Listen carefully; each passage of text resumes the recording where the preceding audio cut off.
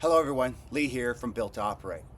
All right, this segment is about defining leadership. Everybody wants to talk about leadership, and everybody has a different definition, philosophy, and a different framework. The Army defines leadership as the ability to influence people by providing purpose, direction, and motivation to accomplish the mission and improve the organization. And I think that's a solid definition. But leadership changes depending on the environment, the people, and the mission. The leadership required in combat is different than leadership in business. The leadership required for a struggling team is different than that of a high-performing team.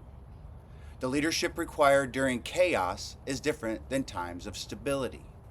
So before we start breaking down leadership, frameworks, communication, and team dynamics, we're going to start somewhere simpler.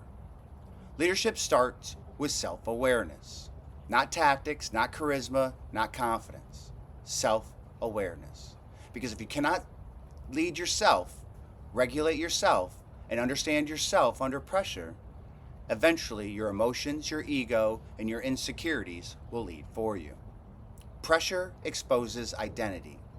When stress hits, when conflict shows up, when the mission becomes uncomfortable, when life just gets difficult, most people don't rise to the best versions of themselves, especially under stress.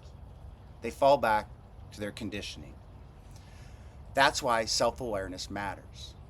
A leader without self-awareness becomes reactive or defensive, controlled by emotion while believing they're operating with logic. But self-aware leaders create space. Space between emotion and response. Space between challenge and reaction. Space to choose discipline over impulse. That's where trust is built. Because teams don't follow perfection. They follow consistency. They follow leaders who remain grounded when pressure rises. The mission will always demand more than motivation. It demands awareness. Awareness of your habits, your blind spots, your standards, and your behaviors. The patterns you reinforce every single day. Leadership is not a title. It's not a personality trait. It's an operational standard built through self-awareness, discipline, and intentional actions.